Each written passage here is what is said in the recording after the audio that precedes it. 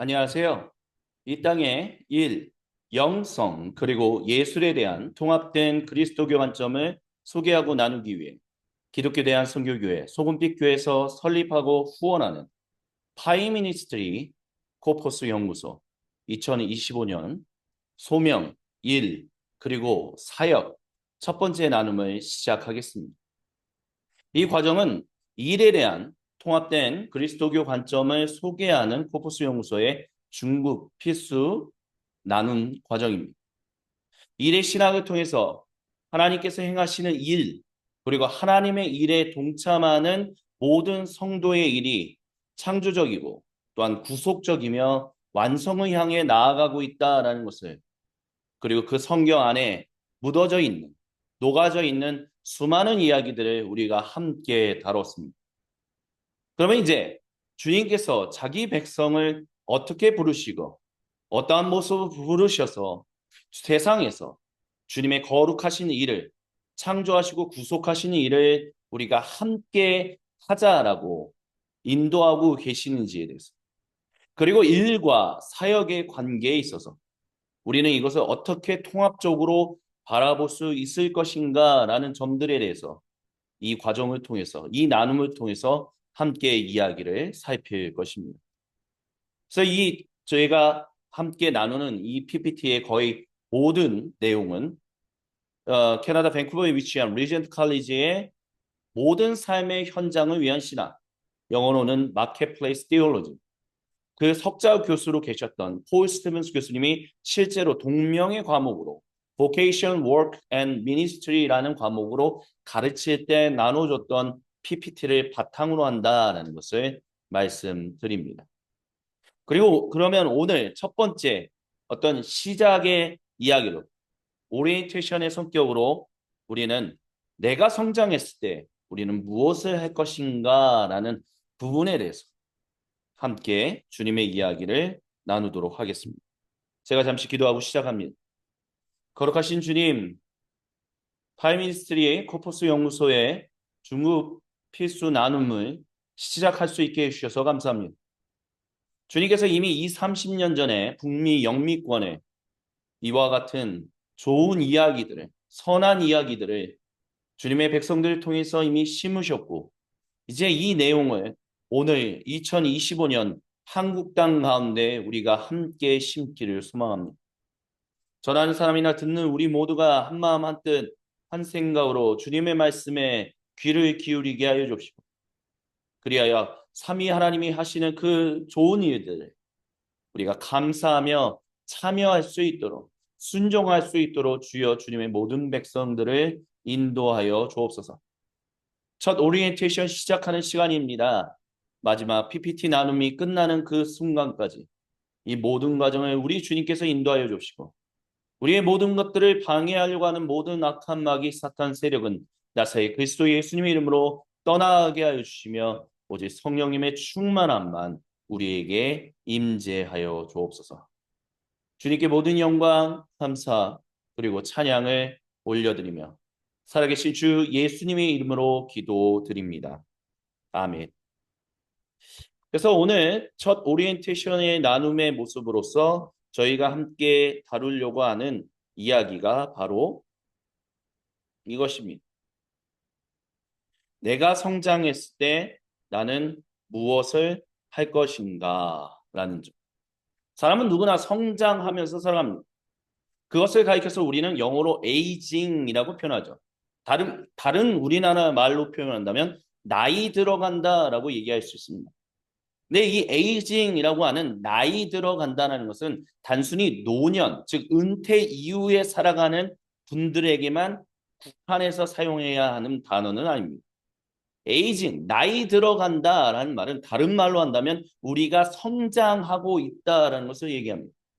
그렇기 때문에 우리가 노년으로 인하여 육체는 쇠약해진다 할지라도, 그렇게 나이 들어간다 할지라도 그리스도교는, 교회는 항상 우리는 죽음으로 인하여 끝나는 것이 아니라 약속된 나라가 있으며 예수님께서 재림하셨을 때 그곳에서 우리는 주님과 함께 더불어 온전한 하나님 백성으로서 살아가게 될 것이다라고 얘기하기 때문에 우리는 나이 들어가고 우리의 육체가 쇠잔해지고 약해진다 할지라도 우리의 생각이나 어떤 그런 것들이 옛날만큼 기억력이 좋지 않다 할지라도 우리의 노년은 세상에서 말하는 노년과는 다르다라는 것을 기억해야 합니다. 그리스도교는 노년에 대해서 나이 들어간다는 것은 계속해서 성장하고 있다라는 것을 얘기하고 있다는 것을 우리는 기억해야만 합니다.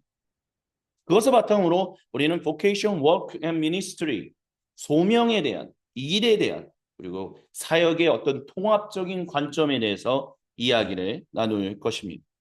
하지만 중요한 것은 더 나은 질문을 교회가 갖는 것이다라고 할 수 있을 것입니다.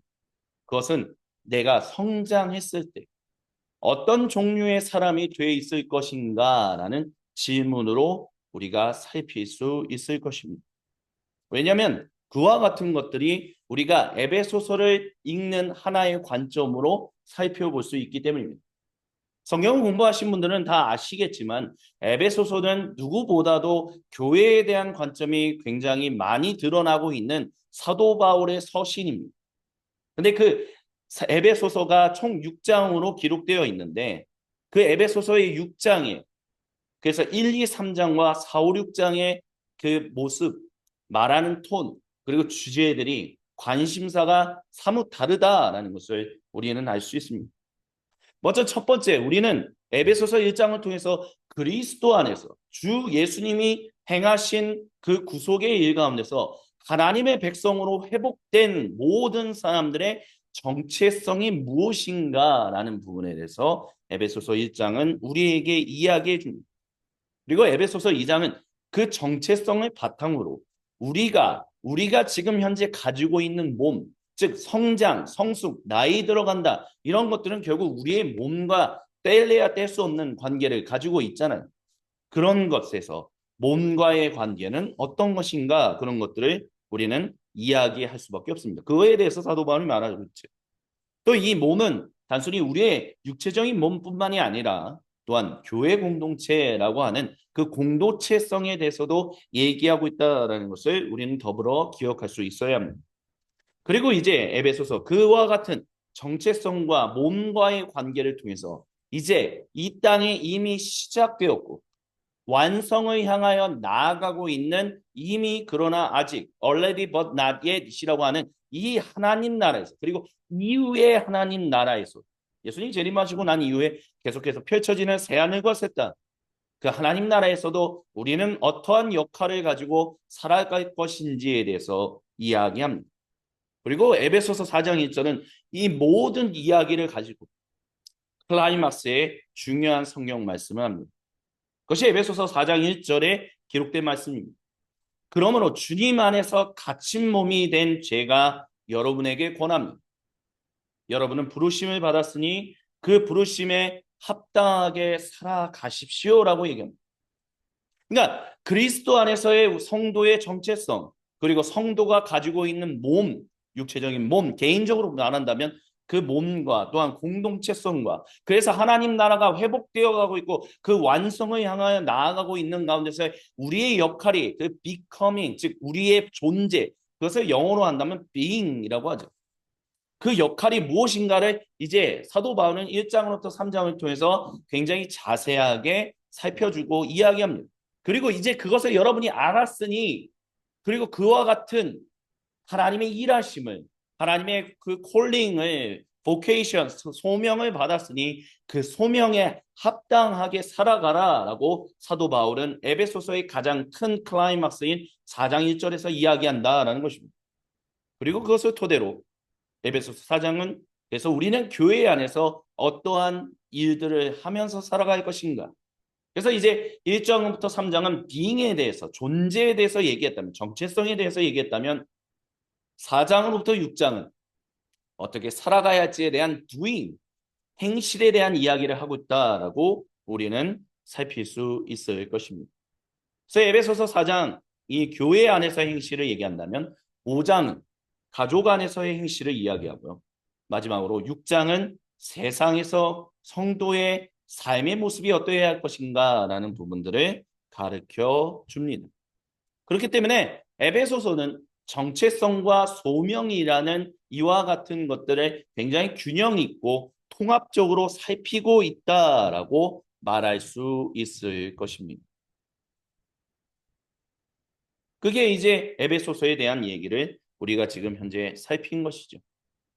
오늘 20세기, 21세기죠. 21세기. 그리고 이와 같은 소명일, 그리고 사역이라는 과목을 포유 교수님이 리전트 칼리지에서 가르치기 시작했던 것이 20세기 후반입니다. 그때 그가 발견, 단순히 포유 교수님뿐만이 아니라 이와 같은 관점들에 대해서 깊은 고민을 하고 주님 앞에서 기도하면서 연구했던 사람들은 다음과 같은 것들을 오늘, 즉 20세기 그리고 21세기 교회에서 발견한다라고 말합니다. 그래서 포 교수님이 인용하는 바바라 브라운 지그문드라는 분의 이야기를 잠깐 인용해 드리겠습니다. 우리가 그리스도인들에게 당신의 소명대로 살아내라라고 말하는 네 가지 방식은 너무 지나치게 단순하거나 피상적, 또는 사람들이 하나님이 맡기신 과업 앞에서 그것을 흐릿하게 만드는 요구가 있다라고 말합니다. 그래서 이제 캐리커처의 위기 앞에서, 여기서 말하는 캐리커처라는 것은 결국 우리가 모델로 삼고 본보기를 삼고 나아가야 하는 어떤 그런 존재들이 있는데 그런 것들이 흐릿해져 있다라는 것이죠. 그런 캐리커처의 위기 앞에서 우리는 그리스도교 소명의 정통적인 이해가 필요하다는 것을 요구한다라고 바바라는 말합니다. 그래서 그것이 무엇이냐라고 했을 때 일단 소명은 우리의 직업과 큰 관련이 없는 것. 두 번째, 모든 직업들과 관련해서 작용하는 어떤 것.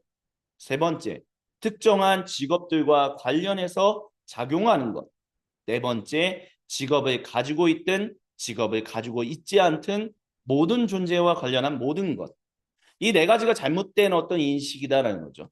이 모든 것들. 그런 것들로 인해서 선한 그리스도인, 좋은 그리스도인들이 혼란스러워, 즉 소명이 무엇인지, 어떻게 살아갈 것인지, 나는 누구인지에 대해서 혼란스러워하는 것은 그렇게 놀라운 일이 아니다라고 말을 합니다.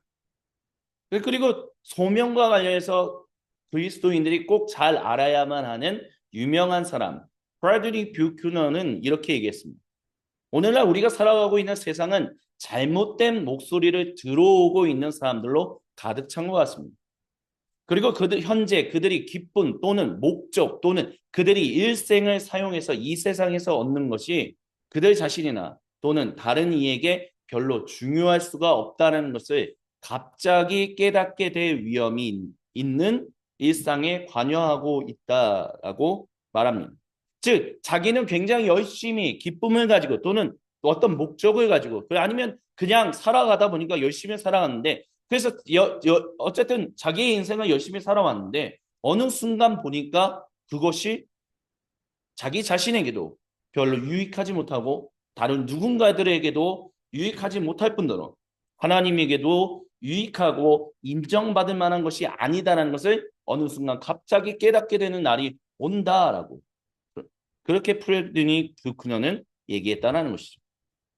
그렇기 때문에 이 과정이 왜 중요하냐라고 했었을 때 결국에는 이 소명이라는 것을 분명하게 알아야만 우리의 삶, 즉 나이 들어간다라는 그리스도인으로서 살아간다라는 성도로서 살아간다라는 것이 무엇인지.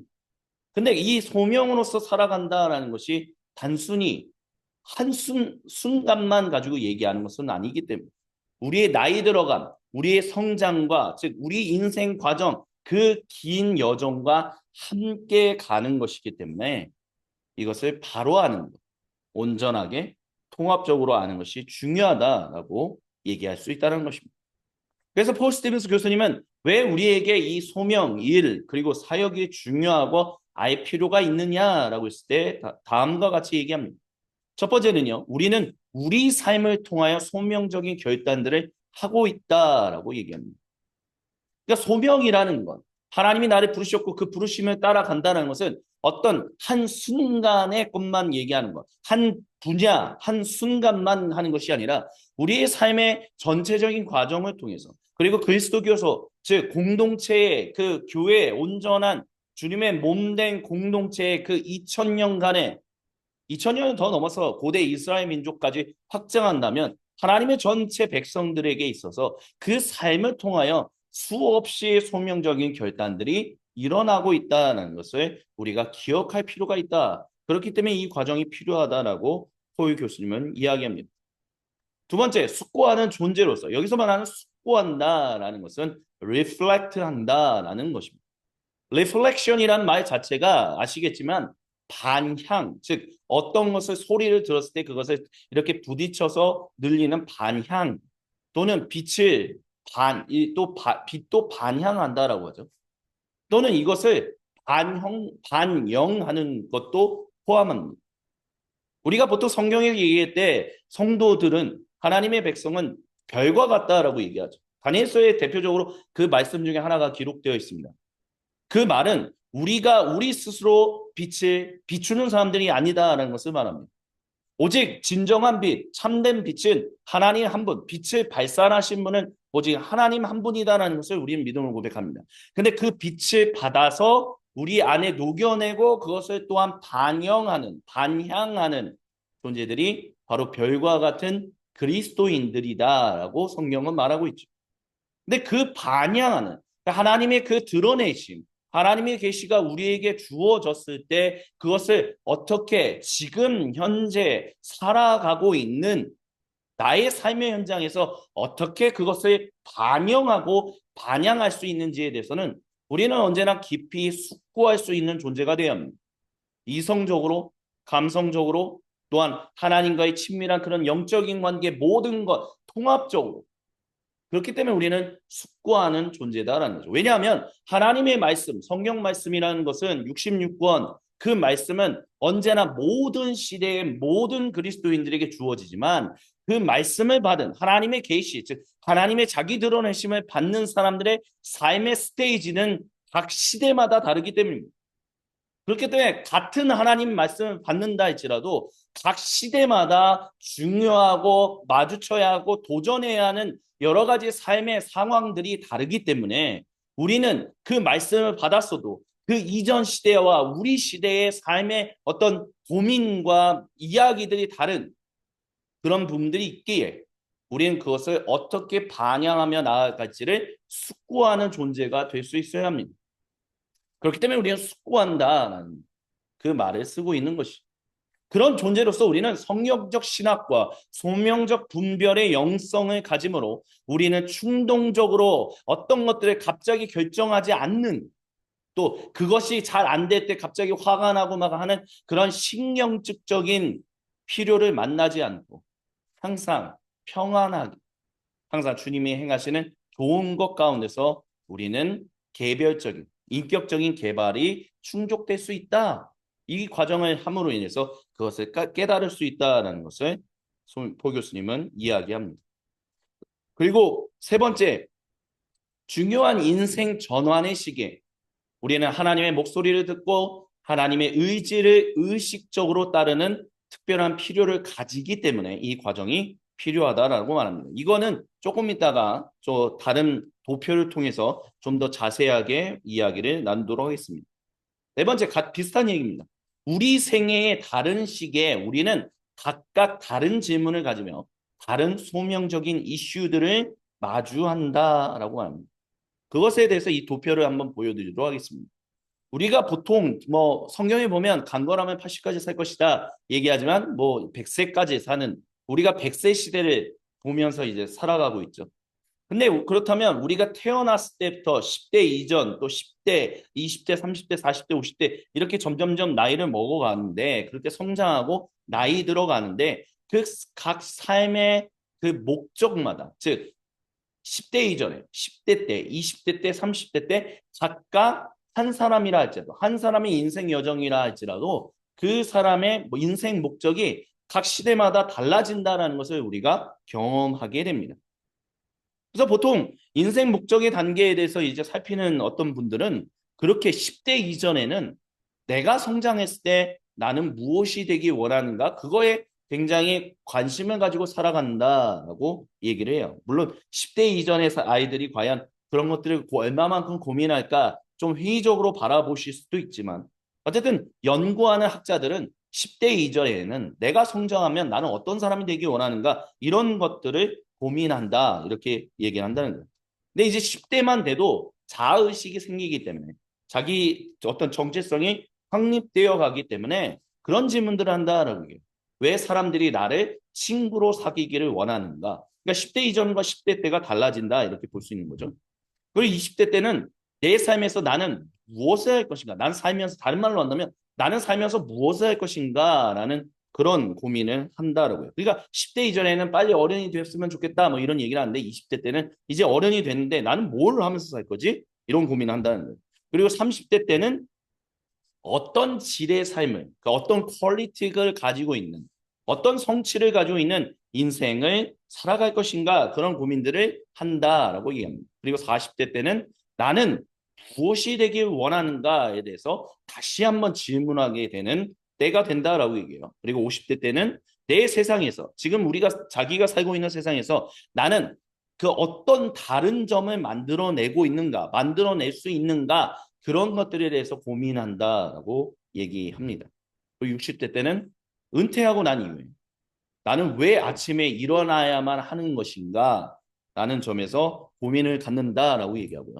70대 때는 내가 결국 이 세상에 남길 내 이름은, 내 유산은 무엇인가? 라는 부분에 대해서 질문을 하게 된다라고 합니다. 고 교수님이 이 인생 목적의 단계에 대해서 보여주는 것은 그만큼 한 사람의 인생도 각 시대, 각 나이 때마다 다른 것들을 고민하고 그런 것들을 살피면서 여러 가지 것들을 결정하면서 나아간다라는 것이죠. 소명은 바로 그런 것이다. 그리스도교가 말하는 소명은 바로 그런 것이다라는 거예요. 단순히 뭐 예를 들어서 우리가 한국 교회 내에서 소명이라고 하면 보통 목회자하고 관련을 하죠. 그래서 나는 소명을 받았습니다. 그랬을 때 그 소명에 대해서 뭐라고 얘기하냐면 나는 목회자로서 살라고 소명을 받았습니다라고 얘기하죠. 물론 이거를 이렇게 얘기하면 싫어하는 분들도 있을 것입니다. 예를 들어서 근데 그것이 어떤 다른 사람들이 봤을 때는 그것은 커리어, 즉 자기의 경력에 대해서 소명을 받았다라고 이제 얘기할 수 있다라는 것이죠. 그렇기 때문에 소명이 그러니까 나는 단순히 목회자이기 때문에 앞으로 영원히 목회자로서 사는 것이 소명이다라고 한다면 그거는 결국 그 사람의 커리어적인 어떤 측면에서의 소명, 그러니까 부분적인 소명을 얘기하고 있다라고 얘기할 수 있을 것입니다. 하지만 교회가 얘기하는 소명이라는 것은 단순히 그런 직업적인 전환, 어떤 직업을 설정하는 그 이상의 무엇인가가 있다는 거죠. 그게 뭐냐? 당신이 살아가면서 어떠한 사람으로 어떻게 살아갈 것인가? 하나님이 나와 어떻게 살아가기 원하십니까? 우리와 어떻게 살아가기 원하십니까? 그게 삶의 목적, 스테이지마다 다르다는 거죠. 그때마다 우리는 끊임없이 고민하게 된다는 그 고민에서 이런 것들을 그것이 여정이라는 관점에서 소명을 살필 수 있다면 우리가 지금 우리 인생에 적용하고 있는 소명의 그런 부분적인 모습은 좀 더 확장될 수 있고 좀 더 견고해질 수 있고 좀 더 온전해질 수 있다라고 얘기할 수 있을 것입니다. 그래서 이 나눔의 목적은요. 첫 번째 광의적인 소명적인 어떤 신앙 그리고 함께하는 이야기를 나누는 그런 의미로서의 상담의 신학을 제공하는 것이다라고 말할 수 있습니다. 그리고 두 번째는요. 하나님께서 우리를 만드신 방법으로 하나님이 우리에게 계속해서 자기를 드러내시고 계시하시거든요. 그것들을 우리가 어떻게 모든 삶의 스테이지들마다 우리가 알 수 있을까, 깨달을 수 있을까, 들을 수 있을까, 볼 수 있을까 그런 점들을 도와줄 자료들과 경험을 제공하는데 이 나눔의 목적이 있다라고 얘기할 수 있을 것입니다. 그리고 세 번째는요. 앞으로 계속해서 얘기하면 나아가겠지만 일과 사역, ministry라는 말과 work라고 하는 일 이게 과연 어떻게 우리가 통합적으로 바라볼 수 있는가라는 점들을 우리가 함께 살피도록 하겠습니다. 또 아까 전에 잠깐 예시를 드렸지만 커리어라고 말하는 경력과 vocation이라고 말하는 소명 사이의 관계를 우리가 좀 탐구해 볼 필요가 있습니다. 근데 그것을 좀 더 이게 좀 광의적인 의미에서 살핀다 보니까 그럼 나는 어떻게 살아야 할 것인가라는 부분에 있어서 우리가 그런 부분까지 세세하게 들어가지 못한다라는 것은 양해를 해주시기를 부탁드립니다. 하지만 광의적인 큰 차원에서의 어떤 그런 목적을 탐구하는데 우리가 이것을 나눈다라는 것을 기억해 주시면 감사하겠습니다. 그리고 가장 좋은 것은 소명은 즉 하나님이 우리의 삶 가운데 일하신다는 것. 결국 그것은 하나님의 부르심을 들어야 한다라는 것과 연관된다라는 것을 기억해야 합니다. 왜냐하면 우리가 나중에 또 말씀을 나누겠지만 소명이라는 것은 결국에는 콜링을 말하는 겁니다. 그러니까 콜링이라는 것은 부르는 사람이 있고요. 그 부름을 듣는 사람이 있어요. 그래서 부르는 사람은 콜러라고 얘기하고요. 그 부름을 듣는 사람은 콜리라고 얘기합니다. 그럼 콜러는 누굽니까? 우리의 인생을 창조하시고 우리와 함께 하시는 하나님이시죠. 그럼 그 부르심을 듣는 사람은 누구입니까? 바로 우리 성도를 얘기하는 거죠. 그럼 우리는 항상 인생을 살아가면서 주님의 목소리를 들을 수 있고 주님의 부르심을 그래서 그 마음의 확신을 가지고 살아갈 수 있는 사람들이 되어야 하는데 어떻게 그것을 알 수 있을 것인가? 그런 부분에 대해서 다른 말로 한다면 우리가 우리의 모든 삶의 스테이지마다 하나님의 목소리를 어떻게 분별할 수 있고 하나님의 부르심을 어떻게 깨달을 수 있고 우리의 그 열정, 하나님이 우리 마음속에 심으신 그 열정을 어떻게 하면 깨뜨리지 않고 계속해서 나아갈 수 있는가라는 부분에 있어서 이 그것의 주의를 환기시키는데 이 나눔의 목적이 있다라고 말씀을 드리고 싶습니다. 그리고 마지막은요. 모든 그리스도인들이 소명을 받았다라는 것을 적용하는 것입니다. 이 말은 사실 폴 스티븐스 교수님이 평생에 걸쳐서 얘기한 것인데 단순히 교회 안의 리더십으로 목사님이나 성유사님이나 아니면 장로님, 뭐 권사님, 집사님 이런 어떤 직책으로만의 리더십, 즉 지도자들로 섬기라고 하나님의 소명, 부르심이 있는 것이 아니라 모든 그리스도인이 자기의 모든 삶의 현장에서 그것이 건설 현장이든 아니면 사무직이든 아니면 학교든 어디든 간에 특별히 목사도 마찬가지죠. 자기 목회 현장에서 근데 모든 그리스도인이 소명을 받았다는 것을 어떻게 우리의 인생 가운데 적용할 수 있을 것인가? 그래서 탐구하는 데도 목적이 있다라고 얘기할 수 있습니다. 그리고 두 가지가 더 있는데요. 우리 삶의 구체적인 방향이 분명하지 않아. 한 치 앞을 모르는 회색 지대를 걸어가는 것처럼 느껴진다 할지라도 우리 삶에 하나님의 인도하심과 좋은 목적을 신뢰하는 것을 어떻게 하면 계속해서 우리의 삶 속에서 깨뜨리지 않고 가능하게 만들 것인가 그런 것들을 또 목적을 삼고 이 나눔을 진행하고자 합니다. 그리고 어떻게 소명, 일. 그러니까 결국은 이 큰 줄기는 소명, 일, 그리고 사역이 예수님 추종자들, 즉 성도들의 삶에 의미를 제공할 수 있는지에 대해서 우리가 관점을 맞추고 살아가고자 합니다. 그래서 이제 조금만 더 이제 오리엔테이션을 좀 진행하고자 하는데요. 많은 사람들이 인생을 살아가면서 참 그런 고민들을 해요. 정말 하나님은 내 삶에 위대한 계획을 가지고 계시는가? 정말 그 플랜을 가지고 계신가?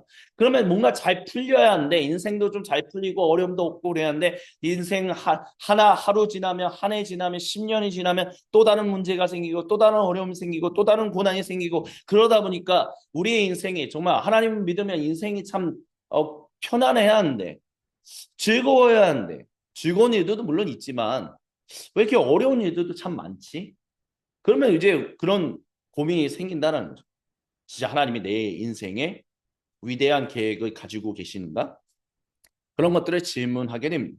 근데 이런 것들은 소명에 대한 어떤 신화적인 것과 관련돼 있다라고요. 그러니까 분명하지 않은 어떤 뭉뚱그려서 너무 이렇게 이것을 비주얼이라고 하죠. 보통 블러냈다라고 얘기하죠. 그러니까 흐릿하다는 거예요. 창문이 깨끗하지 않고 뭔가 이렇게 막 손때가 묻고 뭐 이렇게 먼지가 껴가지고 너무 이렇게 좀 흐릿해져가지고 분명하게 보지 못하는 그걸 가리켜서 이제 신화라고 이제 고 교수님이 얘기를 한 건데요.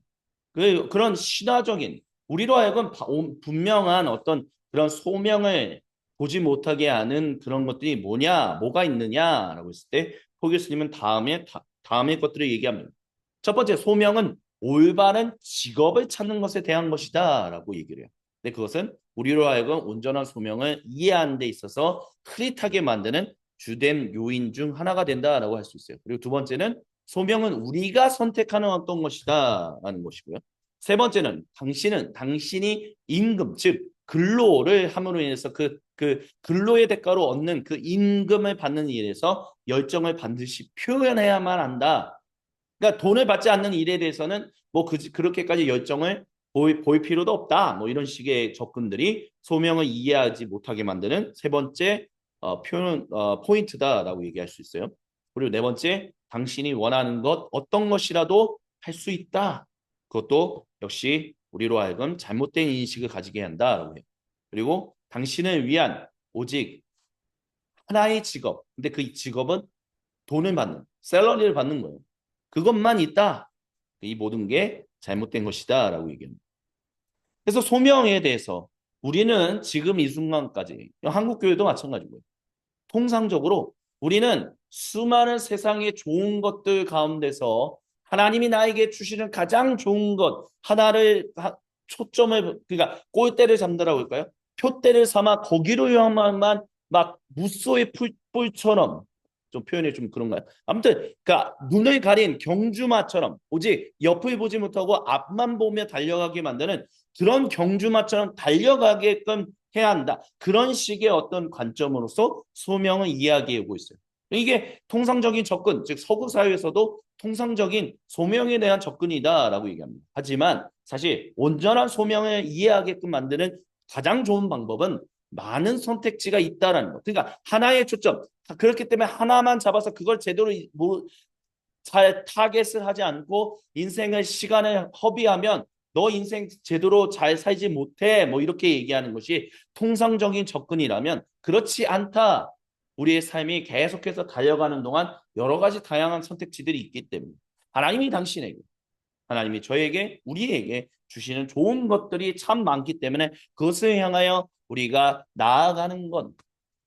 그렇게 우리가 관점을 가질 때만이 온전한 그리스도교적인 소명을 가지게 되고 알 수 있다라고 이제 얘기할 수 있다는 또 여러 가지 또 소명에 두 가지 더 있는데요. 소명에 대한 소명을 온전하게 이해하지 못하게 만드는 포인트 두 가지는 뭐냐면 내가 소명을 이룰 수 있는 이유는 그것이 반드시 나를 위한 하나님의 뜻이기 때문이다라는 그런 인식도 잘못된 인식을 우리로 하여금 가지게 한다라고 얘기합니다. 그리고 소명은 마지막으로 어떤 능력 범위 이상의 임금, 그러니까 돈과 관련한 거예요. 그러니까 자본주의 사회에서 살다 보니까 이게 참 돈과 돈적인 어떤 그런 결과물들이 나오지 않으면 당신은 좋은 소명, 온전한 소명을 따르는 게 아니야. 실패한 소명을 따른 거야. 뭐 이렇게 접근하는 경우들이 있다는 거죠. 근데 참 재밌는 건요.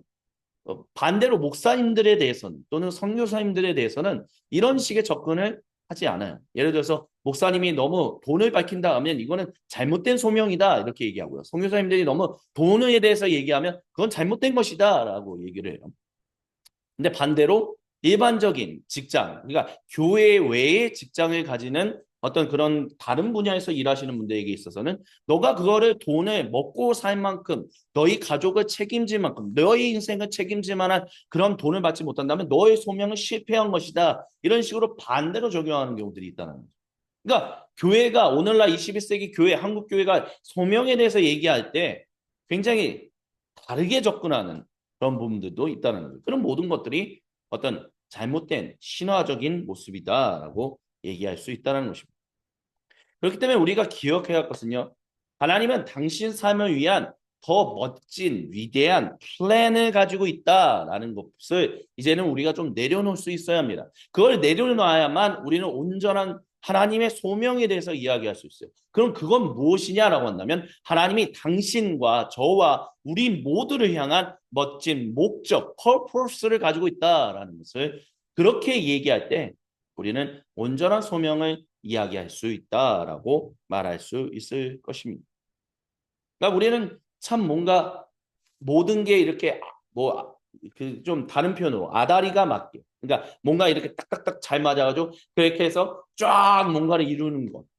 그게 그런 사람들을 보면 저 사람은 정말 하나님이 부르신 소명 따라 살았다 뭐 이렇게 얘기하는 경우들이 많아요. 근데 그런 관점들은 the grand plan 계획 어떤 그런 계획들이 착착착착 잘 맞아가지고 이런 식의 어떤 접근 소명의 통상적인 접근에 바탕을 두고 있다 이제 얘기할 수 있죠. 하지만요, 우리는 그랜드 퍼포스를 가지고 있는 사람들입니다. 그리고 이 소명에 대해서 그랜드 퍼포스 위대한 목적에 대한 그것에 바탕을 두고 소명에 대해서 얘기하는 포 교수님이 자기의 일화를 이렇게 풀어갑니다. 포 교수님이 이제 80살이 넘으셔서 더 이상 그 일은 하지 못하시지만 캐나다에 살면서 이분이 40대, 50대, 60대 때 참 많이 했던 것 중에 하나가 뭐냐면 이제 카약을 타는 거였다라고. 그러면 강을 혼자서 또는 둘이 이제 아들하고 같이 카약을 타고 강 상류에서 이제 하류까지 가는데 이게 만약에 우리가 플랜을 짜고 간다면 이 강을 타고 내려간다는 것은 그 플랜대로 되지 않는다는 것을 우리 포 교수님 얘기를 해요. 왜냐하면 이게 물살이 그때그때마다 달라지거든요. 그러니까 나는 이번에는 어떤 예를 들어서 강을 타고 내려가는데 하류까지 갔는데 왼쪽 편에 그 절경이 더 예뻐. 그러면 오른쪽 그거 더 잘 보기 위해서 나는 오른쪽 강의 오른쪽을 타고 갈 거야. 그런데 내가 가는 그날이 하필이면 강의 그 지류가 빠른 게 어디냐면 왼쪽이에요. 그러니까 아무리 내가 노를 저어도 강의 오른쪽 오른쪽을 통해서 가지 못한다는 거예요. 그러면 내가 왼쪽으로 가까이 붙어서 가면 내가 가장 원하는 그 왼쪽의 절경을 제대로 못 본다는 거죠. 그러니까 플랜대로 짜서 간다고 하면 그 카약은 실패한 거예요. 그 카약 일정은 실패한 거예요. 하지만 그렇지 자기가 계획한 대로 자신이 생각한 대로 되지 않고 반대로 흘러간다 할지라도 오른쪽을 보면 거기에도 또 다른 아름다움이 숨겨져 있다는 그런 것들을 안다면 즉 purpose 어찌됐든 상류로부터 하루까지 가는 그 카약 가운데서 흘러가는 대로 간다. 그렇게 카약을 타면서 간다라고 한다면 내가 내 계획대로 안 됐다라고 해서 실망하거나 좌절하거나 낙심하지 않고 그 카약을 그 여정을 즐겁게 마칠 수 있다 이렇게 얘기한다는 거죠. 그러니까 포 교수는 그걸 통해서 소명이라는 것은 인생 여정과 관련했을 때 목적을 가지고 가는 것이다라는 것. 그것을 우리가 기억할 때 우리의 삶이 항상 감사할 수 있다. 하나님이 행하시는 놀라운 일들에서 항상 즐거워할 수 있다라고 얘기를 합니다. 그래서 이런 그랜드 퍼포스의 바탕을 둔 소명을 우리가 말할 수 있어야 한다라고 보 교수님은 얘기합니다. 두 번째는요. 하나님은 당신을 위하여 결정하기를 그러니까 하나님이 대신 결정해 주기를 원하신다. 그런 얘기를 해요. 너가 거기서 결정하면 안 돼. 하나님이 결정하신 대로 너가 하나님의 소명을 잘 따라가는 것은 오직 하나님의 부르시면 잘 따라가는 것은 하나님이 만드신 것을 따라가는 거야. 그게 순종이야. 이렇게 얘기해요.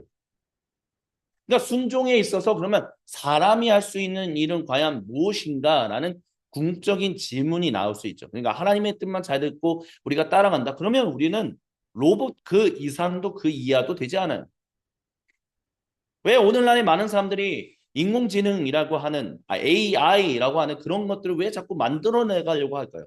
그냥 왜 AI를 만들어가면 굉장히 위험한 일이 생길 수 있어. 뭐 영화의 터미네이터와 같은 그런 일들도 생길 수 있어. 인류를 망가뜨릴 수 있어. 그러니까 그런 일을 하면 안 돼라고 하는데도 또 어떤 사람들은 그럼에도 불구하고 AI 연구를 굉장히 많이 하고 있단 말이에요. 왜 스스로 생각하는 힘을 가지게 만드는 그런 인공지능을 왜 연구할까요? 그냥 내 말만 잘 들은 로봇만 만드는 게 더 안전하고 더 재밌고 즐겁지 않을까요? 근데 그게 아니다라는 것을 사람들이 알기 때문에 단순히 로봇을 만드는 것만이 아니에요. 내가 프로그래밍한 대로, 내가 지시한 대로 그대로 행하는 존재를 만드는 것에서 사람들이 멈추는 것이 아니라 스스로 생각하고 스스로 결정 내리고 스스로 무엇인가를 학습하는 어떤 AI를 만든다라는 것은 그만큼 하나님이 우리를 만드신 목적과도 긴밀하게 연관되는 부분이 있다라고 얘기할 수 있을 거예요. 많은 사람들이 그런 질문을 하죠. 왜 하나님은 굳이 사람을 타락하게끔 만드는 자유의지를 주셔가지고 세상이 타락함으로 말미암아 이러한 같은 어려움이 있게 만드셨습니까? 차라리 말씀하신 대로 그냥 따라갈 수 있는 존재를 만드시지. 그게 로봇을 만드는 그것과 다를 바 무엇이 있겠습니까? 우리가 지시받은 대로 프로그래밍 된 대로 그냥 따라가기만 하는 존재라면 하나님 그거에 만족하셨다면 우리는 이와 같이 뭐 창조, 타락, 구속, 완성 이런 구속사적인 그런 관점들에 대해서 배울 필요도 없고요. 그런 세상 가운데서 살 필요도 없습니다. 근데 그게 인생이 아니기 때문에 그게 참된 인격적인 관계가 아니기 때문에 하나님의 창조성, 그 하나님의 창조하심에 대한 그 깊은 성품에는 사람을 로봇으로 만드는 그런 것들은 전혀 관련되어 있지 않기 때문에 하나님이 사람을 자유의지를 주셨다는 거죠. 그리고 그들이 가지고 있는 창조성을 가지고 하나님이 행하시는 일에 같이 합력할 수 있게 했다는 거죠. 그게 하나님이 우리에게 자유의지를 주신 거라는 거죠. 근데 하나님이 당신의 삶에 당신이 온전한 소명을 따라가려면 당신은 가만히 그 자리에 서서 하나님이 이끄시는 것을 잘 분별해서 그냥 순종하기만 하면 돼. 그게 로봇을 만드는 것과 무슨 차이점이 있냐는 거예요. 그게 아니다라는 것을 우리가 분명히 알아야 한다라는 것을 고 교수님이 얘기합니다. 하나님이 사람을 어떻게 창조하셨고 사람과 어떠한 관계, 인격적인 관계를 맺는다는 것이 무엇인가 우리가 그것만 조금이라도 깊게 숙고한다면 당신이 해야 할 일은 부르시는 분의 그 음성만 잘 따라가기만 되는 겁니다. 그 얘기가 얼마나 잘못된 것에 바탕을 두고 있는가라는 것은 쉽게 알 수 있습니다.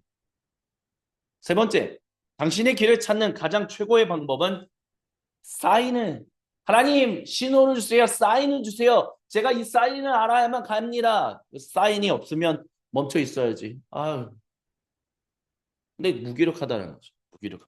근데 무기력해지는 거예요. 무기력해질 수밖에 없죠. 근데 그게 하나님이 우리에게 소명을 주신 소명을 받은 사람답게 살아가는 것이냐라고 한다면 그런 것은 아니다라는 거죠. 뭐 제 예를 잠깐 말씀을 드린다면 뭐 이제 2020년 코로나가 터지고 나서 타임미스트리라는 것을 이제 출범을 하고 여러 가지 일들을 하고 있죠. 그래서 이 이야기에 공감을 하고 이 이야기에 도전을 받고 그래서 그런 분들이 함께해서 공동체를 이루고 그래서 주님의 몸된 공동체가 더욱더 아름다운 일로 확장되는 것을 목표로 하면서 이와 같은 일들을 2025년이니까요. 지금 한 뭐 횟수는 6년 차 진행하고 있습니다.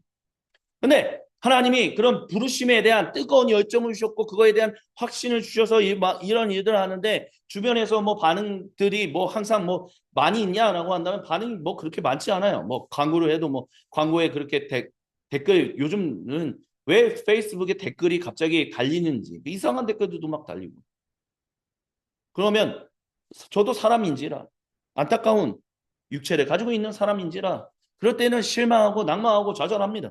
내가 도대체 무엇을 하는가? 어떻게 해야 하는가? 고민하는 거예요. 하나님 좀 더 분명한 어떤 신호를 주셔서 신호 빨빨빨빨 진행될 수 있게 좀 해주시지 이게 어떻게 합니까? 우리의 인생의 모든 과정에서 우리의 인생의 모든 여정에서 하나님이 말씀하시는 때보다는 하나님이 침묵을 지키시는 것처럼 느껴질 때가 더 많다는 것은 단순히 저만의 경험은 아닐 것이라고 확신합니다. 그런 침묵, 하나님께서 침묵하시는 것처럼 느껴지는 그 시기에 나는 어떻게 내 인생을 주님의 뜻을 따라서 살아갈 것인가? 계속해서 사인만 달라고 사인 주시기 전까지는 아무것도 하지 않겠다고 그냥 멈춰 있을 겁니까? 근데 그 멈춰 있는 때 나도 모르게 무기력증에 빠져서 정작 하나님 부르실 때 내가 박차고 일어나서 따라가지 못하는 그런 힘든 가운데 빠지는 경우들을 저도 경험을 했거든요. 그럼 어떻게 하냐? 하나님의 사인을 주셨어요. 그리고 그 다음에 어떤 일들을 할 것인가? 하나님이 침묵하시는 것 같아요. 그럼 뭘 해야 하냐? 그걸 위해서 사인이 다음 올 때까지 준비하는 거죠. 계속해서 해야 할 일들을 하는 거죠. 하나님이 다 일일이 세세하게 얘기하지 않으신다 할지라도 그런 것들을 계속해서 발견해 나가는 거. 그것을 계속해서 만들어 나가는 거. 그래서 이와 같은 나눔을 계속해서 레코딩하고 올리는 것들도 그런 거죠. 어느 땐가 주님이 마침내 그 일을 행하시는 그 일이 장이 짜자잔 하고 열릴 때 그것이 할 수 있게 레코딩을 남겨놓는 것. 이런 것들을 계속해서 잘 다듬고 있는 것. 사실 소명이라는 것은 바로 그런 것이다라는 것입니다. 하나님은요, 초자연적인 신호나 예언자적인 메시지로만 주로 인도하시는 분이 아니다라는 것을 우리는 반드시 기억할 수 있어야 합니다. 그리고 또 하나, 하나님의 뜻은 발견하기 어려운 것이 아닙니다. 하나님의 뜻은 참 발견하기 쉬워요. 그 인생을 살아가다 보니까 물론 저희가 오랜 인생을 살았던 건 아니지만 이것을 배우고 제가 이것을 배웠던 것이 이 소명 일 그리고 사역에 대한 이 나눔 이 과목을 포교수님을 또 공부한 것이 2014년이거든요. 그리고 올해가 2025년이니까 횟수로만 11년이 됐습니다. 근데 이것을 계속해서 고민하면서 발견하는 것은요. 하나님의 뜻은 발견하기 어려운 것이 아니다. 오히려 하나님의 뜻을 나도 모르게 거부하고 있을 때가 더 많다라는 것을 발견하게 됩니다. 하나님이 원하시는 무엇은 당신이 기쁨을 찾을 수 있는 무엇인가일 수 없다? 그런 것이 아니다. 하나님이 원하시는 것은 항상 즐거움과 긴밀하게 조이와 관련되어 있다는 것을 우리는 기억할 수 있어요. 엘리자베스 오코너라는 분은 The Eighth Days, 여덟 번째 날이란 그 책에서 이렇게 얘기했습니다. 우리는 하나님의 뜻을 알고자 묻지만 사실 그분의 뜻은 우리 본연의 존재 안에 새겨져 있다라는 그런 생각을 추측조차도 하지 않는다라고 해요. 근데 사실은 하나님의 뜻은 이미 내 존재 안에 새겨져 있다라고 얘기합니다. 그래서 그것이 이루어지는 것. 잠언 13장 19절은 그것이 영혼의 달콤함이다라고 말합니다. 당신이 다른 사람들이 생각하는 그 일을 하는 것은 그들을 위해서 가장 최고의 일을 하는 것이다. 그런 게 소명과는 크게 관련이 없다는 것을 기억해야 합니다. 왜냐하면 소명은 일단 나라는 존재에 초점을 맞추고 있는 것이기 때문입니다. 이런 부분에 대해서도 우리가 계속해서 이야기를 나눌 것입니다. 여덟 번째, 당신의 사역에 대한 표현은 당신 삶을 통하여 끊임없이 간직되어야만 하는, 그러니까 당신만 소유해야만 하는 것입니다. 라는 것도 잘못된 것이다. 라고 얘기할 수 있습니다. 하나님의 뜻을 찾는다, 신의 뜻을 찾는다. 라고 했을 때 비그리스도인들, 이교도라고 얘기했던 사람들은요. 초자연적인 것들을 많이 사용했었습니다. 그래서 고대 이스라엘 민족을 둘러싸고 있었던 고대 근동 지역의 많은 그때의 문서들을 보면 신의 뜻을 아는 것은 어떻게 알 수 있느냐? 80%가 점치는 것과 관련되어 있다라고 얘기합니다. 그래서 이교도들은요. 제비뽑기를 하고 막대기 점을 또는 간을 어떤 동물의 간을 그 생간을 분석하는 그런 것도 있었고요. 점성술도 있었고 또 물을 통해서 이렇게 점을 치는 뭐 그런 여러 가지 다양한 것들이 있었습니다. 그것과 다르게 오늘날의 동양 종교들은 그냥 운 이런 것들을 참 많이 얘기해요. 그래서 조상의 어떤 은덕, 뭐 숙명, 뭐 이런 것들을 많이 강조할 때가 있습니다. 근데 보면 성경에서 특별히 우리가 말하는 구약 성경에서 브루스 와이키 교수님이 하나님의 백성들에게 있어서는 마법, 사악한 마술, 정령 숭배와 죽은 자를 불러내는 일은 허용되지 않았다라고 얘기합니다. 오히려 예언자를 찾아가서 주님의 뜻을 묻는 일들이 있었죠. 그래서 예언자를 통하여 주님의 말씀을 듣고 그 말씀대로 내가 어떻게 살아갈 것인가 그런 고민들을 하는 일들이 더 많았고요. 그러니까 하나님의 말씀을 듣는 것에 더 초점을 맞췄고요. 제사장을 찾아감으로 인하여 우림과 둠밈, 사실 우림과 둠밈이 어떤 것이었을까라는 부분에 있어서는 아직 우리에게 어떤 실물적인 것이 그렇게 확실하게 있는 것은 아니다 보니까 학자들마다 이거에 대해서 이런 것이다 저런 것이다 여러 가지 다양한 이야기들이 있습니다. 하지만 어쨌든 하나님의 뜻을 알기 위해서 제사장을 찾아가는 일이 있었다는 거죠. 하나님께 예배드리는 일을 통해서 하나님의 뜻을 알 수 있다. 뭐 그런 것들이 있었다는 것입니다. 그리고 하나님께서 물론 특정한 꿈, 비전들과 신호들을 통해서 하지만 너가 뭐 사악한 마술, 정령 숭배, 마법 같은 것을 통해서 주님의 뜻을 알아야 한다라는 것들은 하나님 백성들에게 그렇게 해서는 안 된다라고 주님이 말씀하셨다는 것을 우리는 기억해야 합니다. 신약 성경에서요. 마띠아를 선택할 때 오직 그때만 점을 사용한 것처럼 보여요. 교회가요. 하지만 그 이후에 교회가 어떤 결정을 하기 위해서 하나님 뜻을 분별하기 위하여 점을 치렀다, 점을 사용했다라는 예시는 존재하지 않습니다. 오히려 사도행전에는 하나님이 천사들이 방문한다든지 성령님께서 어떤 감동을 주셨다든지 은혜스러운 꿈을 꾸게 했든지 아니면 어떤 비전을 보게 하셨든지 여러 가지 다양한 것들을 통해서 주님의 뜻을 알게 하는 여러 가지 것들이 있었다는 것을 보여줍니다. 그래서 하나님이 결국에는 부르시는 하나님, 말씀하시는 하나님께로 나와야 한다. 참고로 vocation, 소명이라는 말의 영어 표현인 소명은 라틴어 보카치오로부터 나온 겁니다. 근데 그 보카치오라는 것이 불렀다라는 말이거든요. 부르다라는.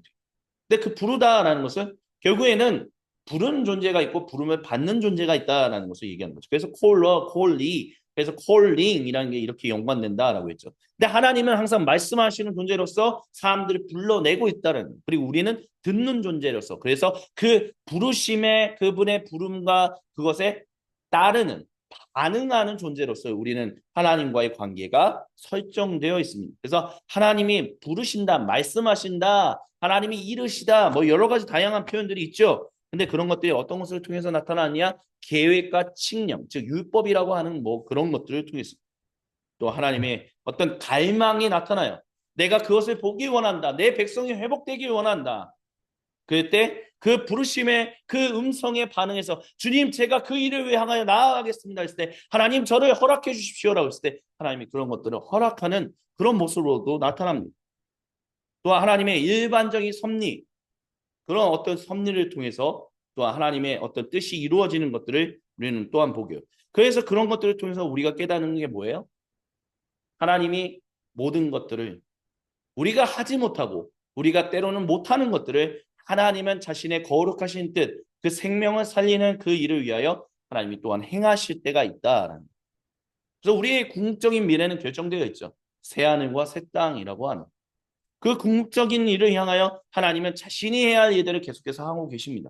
다만 근데 또한 우리도 그 일에 합력하여 순종하여 각각 아름다운 색채들을 만들어냄으로 말미암아 하나님의 그 아름다운 일들이 더욱더 아름다운 색채를 가지고 하나님께 영광이요 우리에게는 생명이 되는 일들이 일어나도록 하나님은 자기의 백성을 부르고 계시다라는 것이죠. 하나님이 우리가 그래서 하나님의 그 아름다운 그 일들을 더 아름다운 색채로 채워나가는데 때로는 어려움이 있을 때 하나님이 그래서 난처한 상황 가운데 있을 때 하나님 구체적으로 자기 백성을 이끄시고 해방시키시고 인도하셔서 다 이겨내게 하시는 그런 모습들을 우리는 또한 보게 됩니다. 그래서 에베소서 1장 9절부터 10절 이런 보면 하나님이 자신의 권한을 위임하는 비전에 대해서 계획보다 목적에 초점을 맞춘 하나님의 놀라운 비전에 대해서 사도 바울이 말하는 것을 우리는 보게 됩니다. 근데 그런 것들은 단순히 에베소서에만 기록되어 있는 것이 아니라 구약 성경 여러 말씀들을 통해서도 기록되어 있다는 것을 우리는 살필 수 있습니다. 또한 인도하심과 인도함을 받는 이미지들이 성경에 여러 군데 있죠. 요한복음서 10장의 목자와 양의 관계, 갈라디아서, 골로새서, 에베소서 아버지와 부모와 자녀의 관계, 또 친구 사이 여러 다양한 모습들로 그런 것들이 나타납니다. 그래서 vocation라고 하는 것, calling이라고 하는 것, 하나님 부르시고 우리는 들으며 하나님이 우리를 말씀하시면 우리는 그것에 응답하는 존재. 그래서 우리는 성도는 하나님의 백성은 인도함을 받는 존재다라고 얘기할 수 있습니다. 보케이션을 관련해서 우리는 반드시 이 명, 다른 건 다 잊어버리더라도 이거는 기억해야 합니다. 하나님의 인도함을 받는 존재. 어떻게 받아요? 하나님의 말씀에 의해서 우리 삶에 대한 하나님의 섭리적인 명령에 의해서 또한 선물과 달란트, 선물이라고 하는 것은 은사를 말하는 거죠. 은사와 달란트들과 함께 우리에게 자유의지, 다른 말로 한다면 자율권을 부여하심으로 우리로 하여금 심판과 지혜의 목소리를 연습할 수 있게 하심으로 독특한 열정을 우리에게 동기부여 하심으로 뭐 저에게 있어서는 파이미스트리다라고 할 수 있겠죠. 또한 성령님의 직접적인 인도하심으로 다양하게 표현된다라고 얘기할 수 있을 것입니다.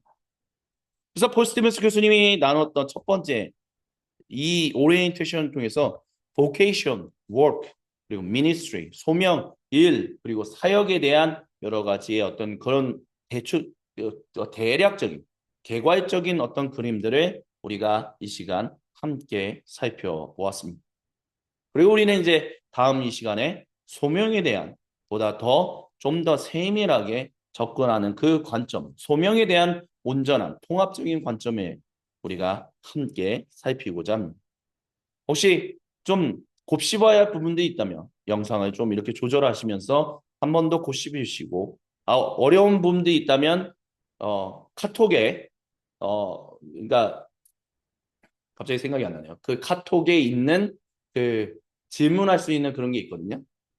그걸 통해서 제가 링크를 올려드리니까 그것을 통해서 또한 질문하시면 제가 최대한 드릴 수 있는 답변을 자세하게 그리고 겸손하게 잘 준비해서 나누도록 하겠습니다. 이렇게 2025년 타임인스트리 코퍼스 연구소 중급 나눔 과정 소명 1 그리고 사역 첫 번째 나눔을 마치도록 하겠습니다. 지금 이 시간까지 함께 해주신 모든 분들 감사드리고요. 다음 이 시간에 다시 뵙도록 하겠습니다. 감사합니다. 수고하셨습니다.